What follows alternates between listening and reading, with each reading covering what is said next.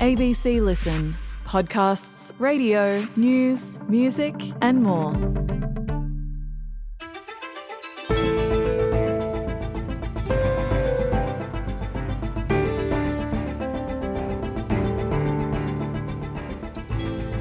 Every so often, a product comes along that takes us by storm and in the process shifts spending and changes economies. The iPhone, Netflix, ChatGPT, they all spring to mind. But less obvious is something like Ozempic, the drug that's now helping millions of people around the world lose weight. Today, the ABC's business editor, Ian Verrender, on how it's breaking down business models of fast food giants and health companies. I'm Sam Hawley on Gadigal land in Sydney. This is ABC News Daily.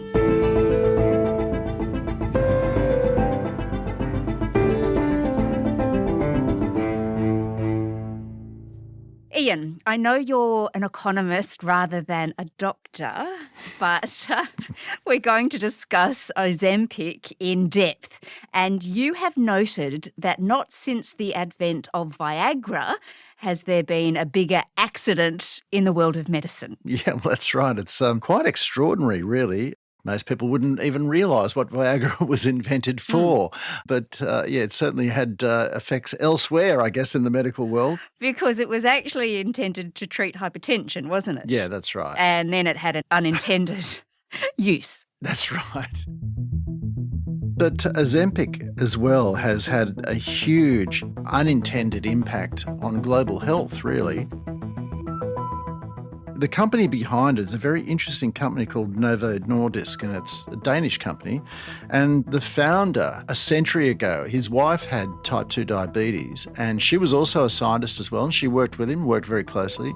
And the pair of them worked tirelessly to try and come up with some kind of, if not a cure, something that would alleviate the symptoms. And that was the first company to basically come up with insulin as a result. So it's been a pioneer in this field for a very long period of time. So this is the latest incarnation of their medicine for type 2 diabetes, but as it turns out, it has all of these other effects particularly on appetite, which is impacting people's weight, and that has made it just an incredible success story, I guess, from a sales point of view. To the point where it's now Europe's number one company. It's worth something like $500 billion US and accounts for almost all of Denmark's economic growth at the moment. Ozempic. I got the power of 3. I lowered my A1C, CV risk, and lost some weight. Adults lost up to 14 pounds. I lost some weight. Ozempic isn't for people. Ozempic was developed to treat type 2 diabetes, but it was discovered that actually it could help people lose weight. And that comes at a pretty important time, doesn't it? Because obesity is a huge problem in the world right now. It's not the world's worst killer. It still trails smoking and war. But it's catching up really quickly. It's right across the globe now, and it's becoming something of an epidemic. Okay, so that's clearly why Ozempic is popular, because it does, I think, suppress the appetite, and it helps people to lose weight and probably lose weight quite quickly. So it's really taken off, as you said. But it's not, I think it is important to note just now that it's not for everyone and it doesn't work for everyone. No, it doesn't. I guess these are early days in the development of this kind of medication. But no, I think it has some gastric effects on some people. Common side effects are nausea, vomiting, diarrhea, stomach pain, and constipation. And if you give it up, you quickly revert back to your original weight, like a lot of diets and so forth. So it's not, look, it is a wonder drug in lots of ways, but it does have its drawbacks. There's absolutely no doubt about that.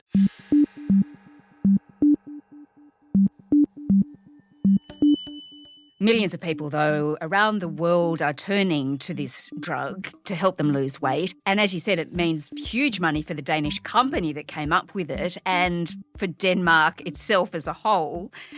And not only that, it has other economic consequences, right? There's a shift that's going on. Yeah, absolutely. There's two industries that have grown up around our new lifestyle. One is the fast food industry. I guess they've spent many decades trying to come up with combinations, addictive combinations of fat, sugar and salt so that people eat more of their product. And that's been a major cause of the obesity problem.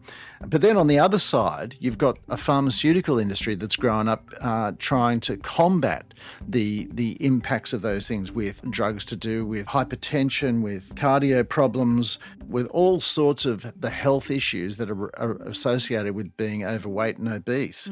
And so both of those industries are now suddenly finding themselves under threat.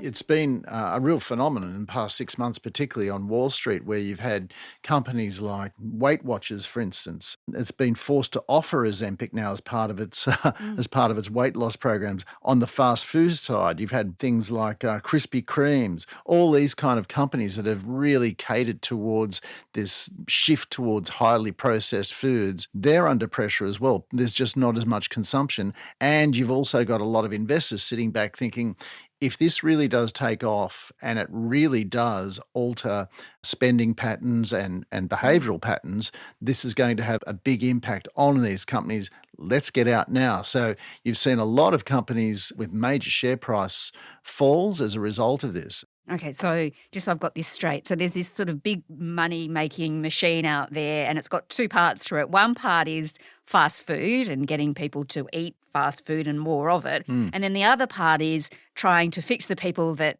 eat too much of the fast food and become obese or unwell because they're not eating healthy food. So they kind of work in conjunction. And from what you're saying, companies that put out drugs like Ozempic are getting in the way of that business model. They are indeed, because it's altering a whole range of health issues. You know, people with blood pressure, for instance, if they lose a lot of weight, they might not have the blood pressure problem anymore. And so the pharmaceutical companies that are making the blood pressure tablets are all going to be under pressure. That's just one example. I mean, even in Australia, we've got a couple of big companies here. One is CSL. It used to be a government-owned body, Commonwealth Serum Laboratories. Mostly it relies upon its key business, which is creating plasma, blood plasma. But it's expanded into things like kidney diseases, cardiovascular diseases, you know, to come up with medications to combat these problems. Now, one trial that Ozempic conducted itself was to look at kidney disease. Now, they started off with the trials. They had to give that up in the early stages because it was so obvious that it had a major beneficial impact. Another Australian company, ResMed, it's actually based in America these days, but started off here. It deals with sleep apnea and creates devices to combat sleep apnea. But again, sleep apnea is one of those problems that is exacerbated by obesity. And so as a result of that, its share price has just absolutely tumbled in the last year or so. And as I said, you know, it seems a bit perverse that you would have two industries combating one another. One, you know, firmly committed to making sure people stack on the weight, and then the other side trying to fix the health problems as a result of that. And you've got this medication now that unexpectedly and, unintentionally has ridden into the middle of it all and potentially could solve all these problems. And even bigger than that, the insertion of something like Ozempic in the middle has the potential, as you've said, to impact the whole global economy. That's amazing. Well, you know, if you think that of the number of days that are lost because people are sick, they've got all sorts of health issues. If you've got some kind of formulation that, you know, does away with a lot of those health issues, you could potentially see a lot more people be a lot more productive. And that would have a big impact on the global economy.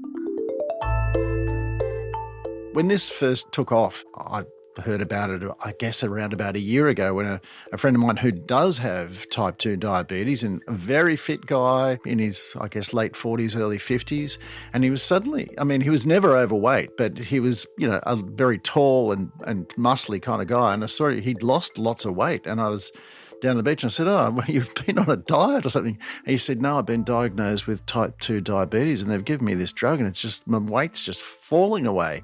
And I think when people saw that, who had been trying to lose weight through, you know, diets, fad diets and everything, they all rushed out for it. And there was an extreme shortage of this medication. And then I think a lot of doctors were very wary of the idea of people just jumping onto this simply to lose weight. A lot of those doctors, one doctor I spoke to just recently said he was very skeptical about all of this in the early stages, but is now seen that, well, firstly, it doesn't have a lot of side effects, not nasty side effects. And if it can solve a whole lot of other health issues, he's now gone the other way around and recommending it to people who don't have diabetes but possibly could end up with it if they continue with carrying the weight that they are. And one argument is, Ian, that if society needs less food per person and then we spend less money on healthcare for people, then that actually boosts productivity. Yeah, absolutely. And it's the days lost through work. It's, the amount of money that's spent on health systems and in this country, for instance, our health system is largely publicly funded. So that's tax dollars that are being spent there for things that possibly may not be necessary down the track. And I mean, we're talking about something that's in its very early phases. So I hate to kind of talk about things like a wonder drug and so forth, but it is possible that it might alter in a very large way the way we live and, the way we operate. Wow. Okay. I mean, we don't want to jump ahead of ourselves, of course, but Ian, tell me, how long do you think it would take for Ozempic to entirely change global productivity? Oh, look, I don't know. I think probably quite a long time, because maybe if people who are quite sedentary and who don't do much exercise and probably eat the wrong kind of foods, if they do lose the weight, it becomes more attractive to them. It's easier for them to get out and about and become more physically active. Then it might alter lifestyles. But I think ultimately you do really need to think about doing that for yourself rather than just relying on a pill to do it all. But if it makes it easier for that to happen, then, we might all become more motivated to be healthier as a result. But the fast food outlets, they could be sort of panicking a little bit right now. I think very much so, yeah. Because what this does is it suppresses your desire to want that kind of food.